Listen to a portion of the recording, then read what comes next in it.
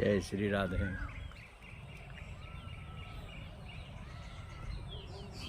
सभी के जीवन में कुछ न कुछ बीमारियां आएंगे ही और जाएंगे भी।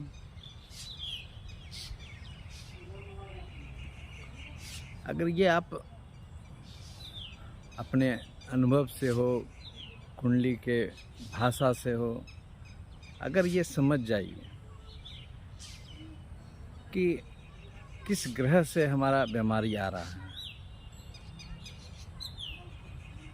अगर राहु केतु शनि से आ रहे हैं या बृहस्पति बुध शुक्र से आ रहे हैं, सब ग्रह बीमारियां देते हैं। हमारे आयु को छीन करने के लिए किसी एक के पास में फिक्स नहीं है। शनि भी ऐसा नहीं है कि वो फिक्स है। शनि को कष्टकारक बोला जाता है, बहुत जगह मृत्यु कारक भी बोला जाता है, पर ऐसी बात नहीं है कि चंद्रमा नहीं देते हैं, बुध नहीं देते हैं, शुक्र नहीं देते हैं। हम यहाँ पर बताना ये चाह रहे हैं कि अगर राहु से बीमारी आते हैं, राहु अकेला तो नहीं देंगे, किसी ग्रह के साथ में मिला हुआ रहेगा तब वो देंगे। पर हम एक सोच पर बात करना चाह रहे हैं कि अगर राहु के कारण बीमारी हमारे जीवन में आए हैं तो प्राय उसका जो काम करने का तरीका होगा तो फिर आपको वो फंसाए रखेगा, लंबे समय तक फंसाए रखेगा। आपके बीमारी को ठीक भी करेगा पर लंबे समय तक आपको दवा खाते रहना पड़ेगा। आपकी कहीं न कहीं खाने पीने में या कुछ न कुछ अपने हैबिट में गलतियां किए हैं, वो आप फिर एक राहु का इस्तेमाल किए हैं, दूसरा राहु को आप उससे काट रहे हैं। मान लीजिए हम बहुत शराब पिए हैं, किडनी का प्रॉब्लम हो गया है, तो उसको फिर किडनी का प्रॉब्लम के लिए फिर आप उसको डायलिसिस पर आइए, किडनी ट्रांसप्लांट पर आइए। मैक्सिमम में तो यही दो चीज़ जाता है। तो उस समय भी राहु आपको पिला खिला कर आपको प्रॉब्लम क्रिएट किया, कल भी आपको वो दवा खिला खिला के आपको जिंदा रखे हुआ है। पर वही राहु आपको मारने का भी काम कर रहा है, वही राहु आपको जिलाने का भी काम कर रहा है। दवा में राहु के साथ में अगर कुछ खा रहे हैं, दवा भी एक जहर है। जैसे बोला जाता है ना, विष को मारने के लिए विष वाला, या कोरोना में कोरोना का ही दवा दिया जाता था, वो भी विष है। ज़्यादा कोई भी इंग्लिश दवा अगर एलोपैथ खाते हैं तो वो विष खा रहे हैं। तो ज़िंदगी जीने के लिए मेडिकल साइंस के पास में यही एक रास्ता है। हम यहाँ दूसरी बात बोलना चाह रहे थे कि अगर राहु से प्रोडक्ट अगर प्रॉब्लम हो रहे हैं आपको, तो नेचुरल जो हमारे प्रकृति में दवा है वो बृहस्पति महाराज जी के पास में, बृहस्पति ग्रह को आयु का ग्रह माना जाता है। जिनकी कुंडलियाँ में बृहस्पति अच्छे होते हैं वो जल्दी उनकी आयु नहीं छीन होते हैं।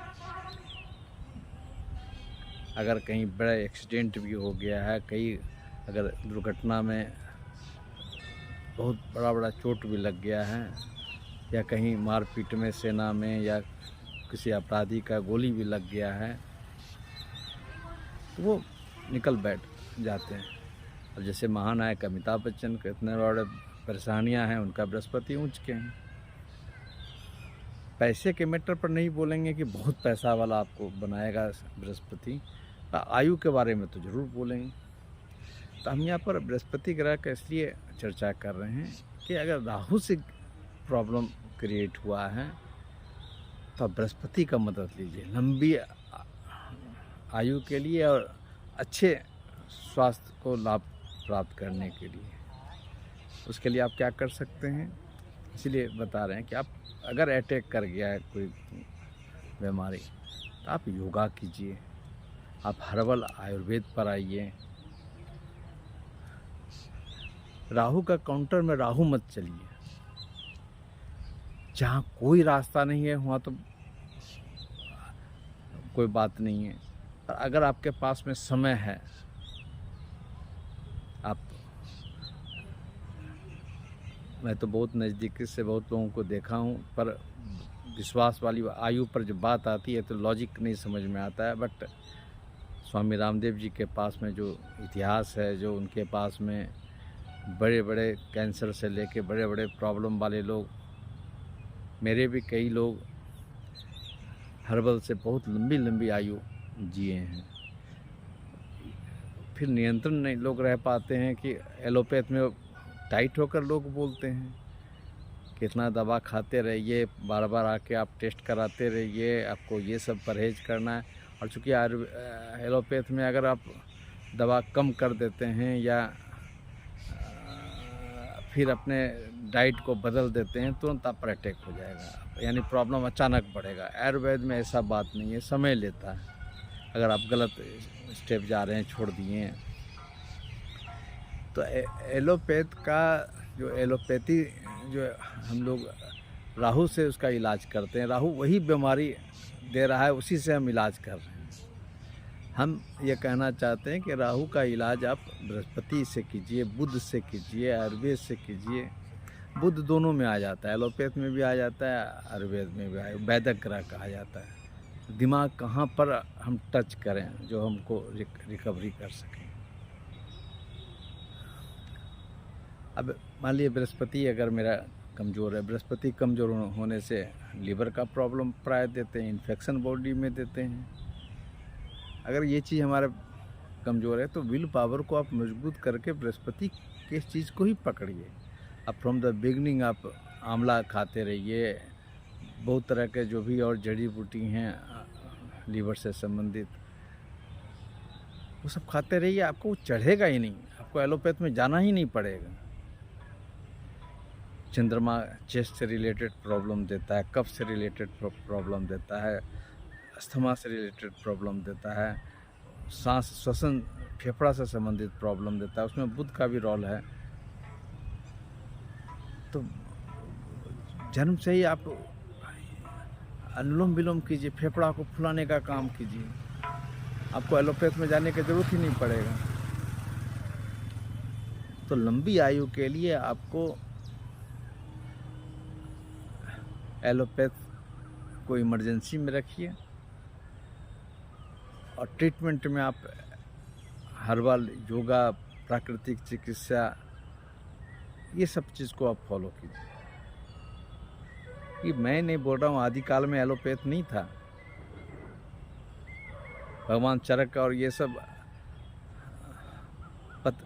महर्षि पतंजलि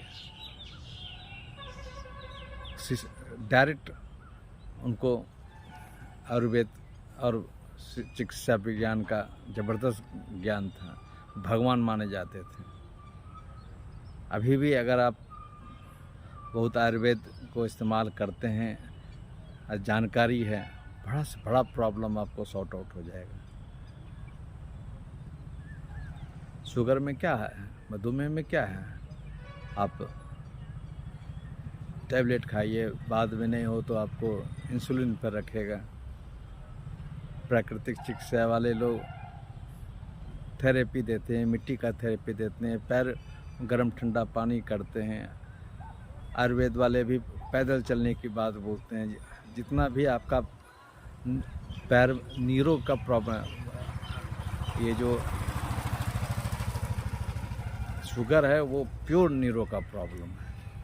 लोग बोलते हैं, सोचते हैं तब शुगर बढ़ता है, वो सही बात है।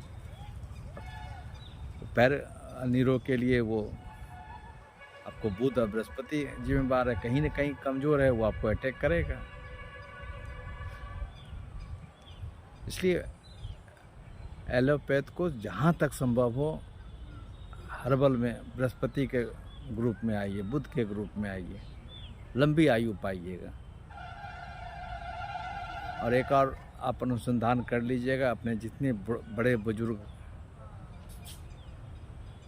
जो ज़्यादा पैदल चलते हैं, पैर बिना कोई चप्पल का चलते हैं, हरी घास पर चलते हैं, उनकी लंबी लंबी आयु होती है। उसको कोलेस्ट्रॉल, हार्ट का, शुगर का दूर दूर तक कोई प्रॉब्लम नहीं। आप इसको कम अपने लोगों के बीच में आप जरा सा मैच करके चलिए। जय श्री राधे।